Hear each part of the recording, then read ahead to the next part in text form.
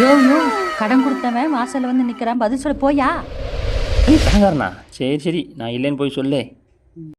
அது இல்லைன்னு சொல்லணுமா? யோ, ஒழுங்கு மரியாதையை போய் பதில் சொல்லு போ. நான்லாம் இல்லைன்னு சொல்ல மாட்டேன். நான் தான் பதில் சொல்லணுமா? சரி போகிறேன் வாங்கி செலவு பண்ணும்போது ஜாலியாக இருக்குது.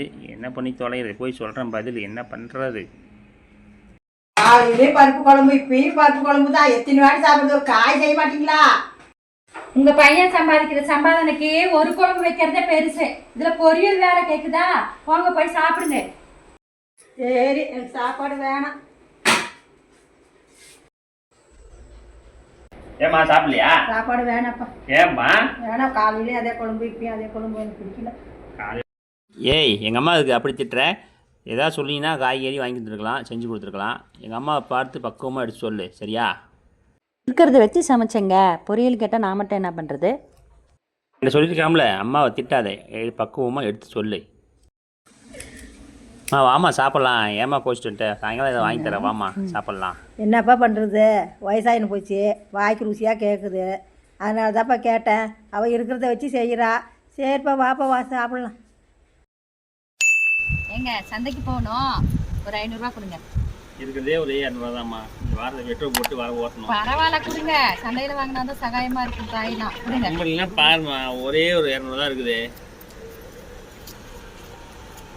அட போச்சு.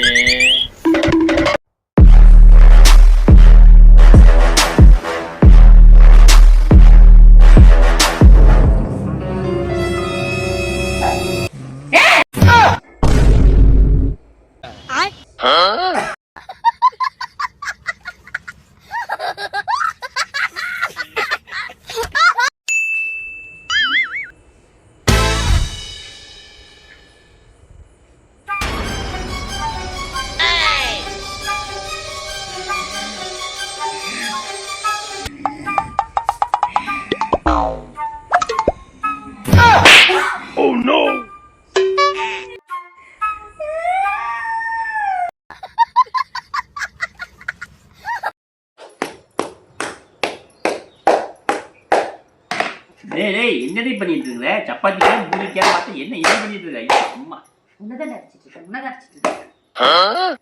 நான் அப்படியே ஷாக் ஆயிட்டேன்.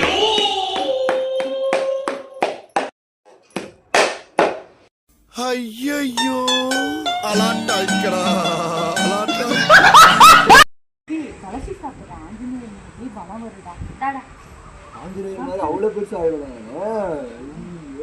அந்த நீயே சாப்பிடு. பண்ணக்கூடாது, பண்ணத்துல போடுற, பண்ணத்துல போடுற. கலத்துல போட்டேன்.